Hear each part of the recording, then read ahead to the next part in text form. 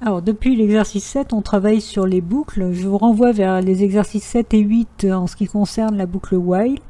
Puis on a vu dans les exercices 9 et 10 la boucle do while. Et dans les exercices 11-12, la boucle for. D'ailleurs, la dernière vidéo a été faite, donc l'exercice 12 porté sur la boucle for qui, je vous rappelle, permet d'initialiser une variable, de tester, de rester dans la boucle tant que la variable n'atteint pas un certain seuil et d'incrémenter cette variable à chaque tour de boucle. Le nouvel exercice que l'on va voir maintenant, l'exercice 13 part sur l'idée de l'exercice 12 qui demandait d'afficher juste la table de 3, mais cette fois-ci on vous dit le programme doit permettre de saisir un entier entre 1 et 9 en contrôlant la saisie. Donc on va utiliser deux types de boucles dans cet exercice et d'afficher la table de multiplication de l'entier que l'on a eu l'occasion de saisir. Donc passez un petit peu de temps à essayer de faire cet exercice et on va voir ensemble bien sûr la correction.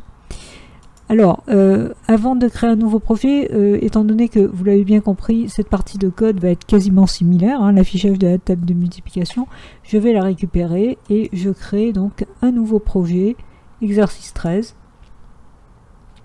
Toujours un projet console, donc exercice 13. Donc, comme d'habitude, il va me créer la structure de base du programme.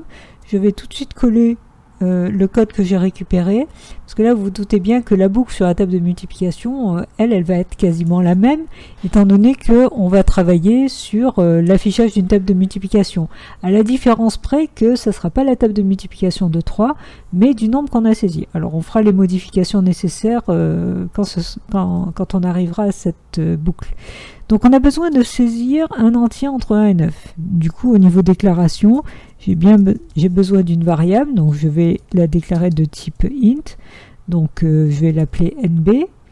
À partir de ce nombre, je veux faire la saisie de ce nombre, donc saisie du nombre.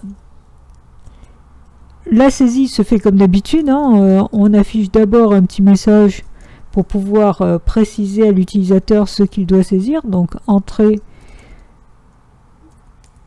un entier entre 1 et 9, puisque l'idée c'est d'afficher la table de multiplication d'un nombre entre 1 et 9.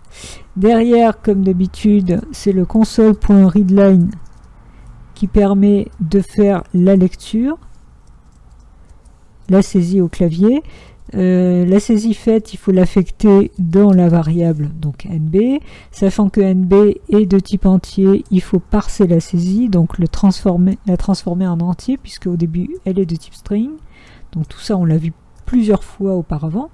La différence maintenant, c'est que je veux contrôler la saisie. Alors ça on les a vus dans les exercices 9 et 10 avec la boucle do qui permet, donc je commence une boucle do et qui va permettre de contrôler une saisie et de boucler tant qu'on n'a pas saisi quelque chose de correct. Donc je mets l'accolade fermante ici et le test juste après l'accolade fermante.